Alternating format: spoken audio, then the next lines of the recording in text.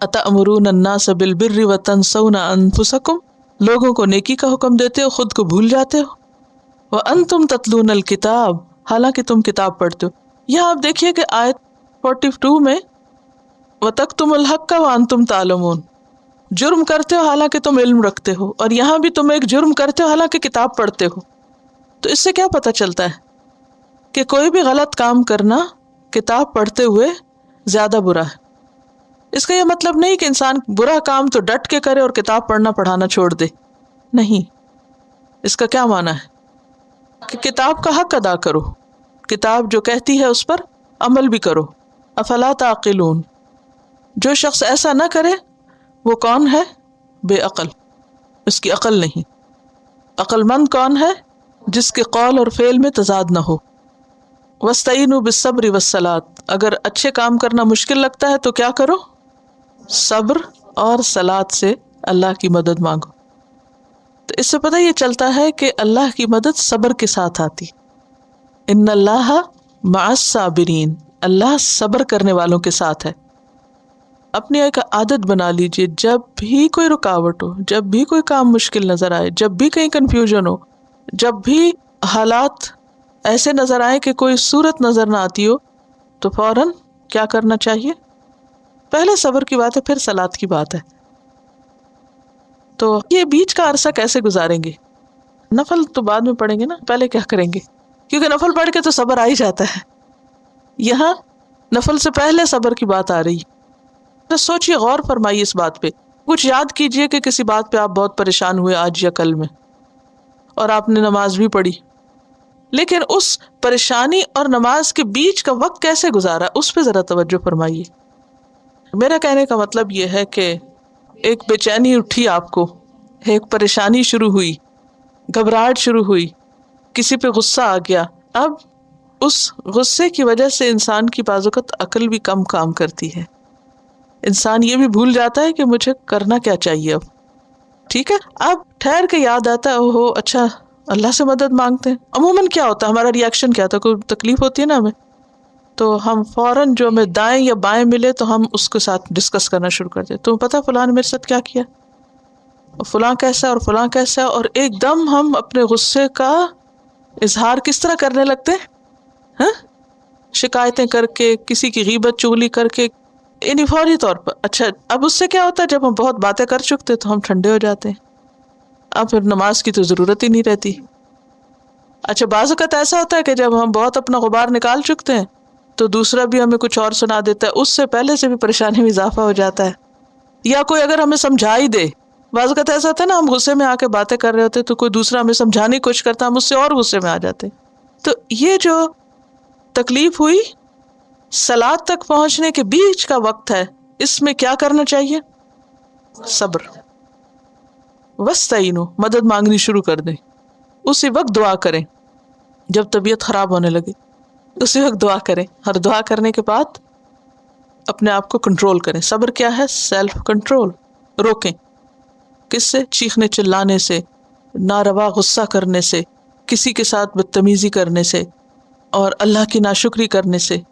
اور پھر نماز کی طرف بڑھیں، اللہ سے مدد مانگیں، اللہ سے رہنمائی طلب کریں، اور پھر اس کے بعد آگے بڑھیں.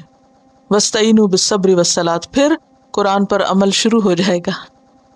بعض اوقات ایسا ہوتا ہے نا کہ ہم دوسروں میں بہت نقص نکالتے رہتے ہیں، اس میں یہ خرابی، اس میں وہ خرابی، اور خود بھول جاتے ہیں کہ وہی خرابی ہمارے اپنے اندر بھی ہوتی جو ہمیں دوسروں میں نظر آ رہی ہوتی.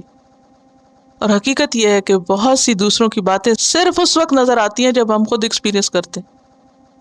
اگر ایک چیز کا ایکسپیرینس آپ خود نہیں کر رہے تو آپ کو وہ چیز دوسرے کے اندر بھی نظر نہیں آئے گی. آپ محسوس کرتے ہیں تو پھر دوسرے میں بھی وہ نظر آنے لگتی ہے. اب جب دوسرے میں نظر آنے لگتی ہے تو پھر کیا ہوتا ہے، ہم فوراً ایکسپیکٹ کرتے ہیں کہ اس کو ٹھیک ہو جانا چاہیے. اچھا پھر ہم اس کو نصیحت شروع کر دیتے ہیں، اسے سمجھانا شروع کر دیتے ہیں. اب کیا ہوتا ہے، ایسی سچویشن ہمیں پیش آتی ہے، ہم خود اسی میں گرتے ہیں جا کے، اور ہمیں بھول جاتا ہے کہ ہمیں بھی وہی کچھ کرنا چاہیے تھا جو ہم دوسرے کو سجیسٹ کر رہے تھے. ہم دوسرے کو کہہ رہے تھے صبر کرو، اور خود کیوں نہیں کیا؟ خود بھی کرنا چاہیے تھا. تو بات یہ ہے کہ یہ دو آیتیں جو ساتھ ساتھ آئی ہیں، ان کے ساتھ آنے کا ایک بہت گہرا لنک ہے کہ آپ کتاب پر عمل نہیں کر سکتے، دوسروں کو نصیحت سے بھی باز نہیں رہ سکتے، لیکن یہ کب ممکن ہے؟ جب اللہ کی مدد ہو۔ اللہ کی مدد کب آتی ہے؟ جب انسان صبر کرے، اپنی طرف توجہ کرے اور دعا کرے، اور دعا کا بہترین طریقہ صلاۃ ہے۔ وَاسْتَعِینُوا بِالصَّبْرِ وَالصَّلَاةِ وَإِنَّهَا لَكَبِیرَةٌ إِلَّا عَلَى الْخَاشِعِینَ۔ پھر آپ دیکھیے اوپر راکعین اور یہاں خاشعین، جیسے فرحبون اور فتقون تھا نا، پچھلی دفعہ آپ نے جو پڑھی ہے نا ٹیکسٹ، تو وہ کیا تھا؟ ایک ایک لفظ لفظ لفظ۔ اب اس وقت آپ آیتوں کو سامنے دیکھ رہے ہیں، ٹیکسٹ کو اگر ایک پیج پہ سامنے دیکھیں تو آپ کو بہت سی خوبصورت چیزیں، کمبینیشنز اور رب آپس میں نظر آئیں گے۔ ٹو مچ تو نہیں؟ سمجھ آ رہی ہے نا؟ سمپل سی باتیں۔ آپ دیکھیں 43 میں راکعین کی بات ہے۔ راکعین کون ہے؟ جن کے اندر کیا ہوتا ہے؟ عاجزی۔ اور 45 میں کیا ہے؟ خاشعین۔ وہ کون ہوتے ہیں؟ عاجزی کرنے والے۔ ٹھیک ہے؟ اور حقیقی خشوع کرنے والے کون ہیں؟ الذین یظنون انہم ملاقو ربہم، جن کو اپنے رب کی ملاقات کا یقین ہو، وانہم الیہ راجعون، اسی کی طرف جانے والے۔ جی ہاں، پھر بنی اسرائیل کو دوبارہ نعمت یاد کرائی گئی، اور یہ کہا گیا کہ اس دن سے ڈرو جس دن کوئی کسی کے کام نہ آئے گا، اور نہ سفارش قبول کی جائے گی، نہ ہی کوئی فدیہ، نہ بدلہ، اور نہ وہ مدد دیے جائیں گے۔ أتأمرون الناس بالبر وتنسون أنفسكم وأنتم تتلون الكتاب أفلا تعقلون واستعينوا بالصبر والصلاة وإنها لكبيرة إلا على الخاشعين الذين يظنون أنهم ملاقو ربهم وأنهم إليه راجعون يا بني إسرائيل اذكروا نعمتي التي أنعمت عليكم وأني فضلتكم على العالمين واتقوا يوما لا تجزي نفس عن نفس شيئا ولا يقبل منها شفاعة ولا يؤخذ منها عدل ولا هم ينصرون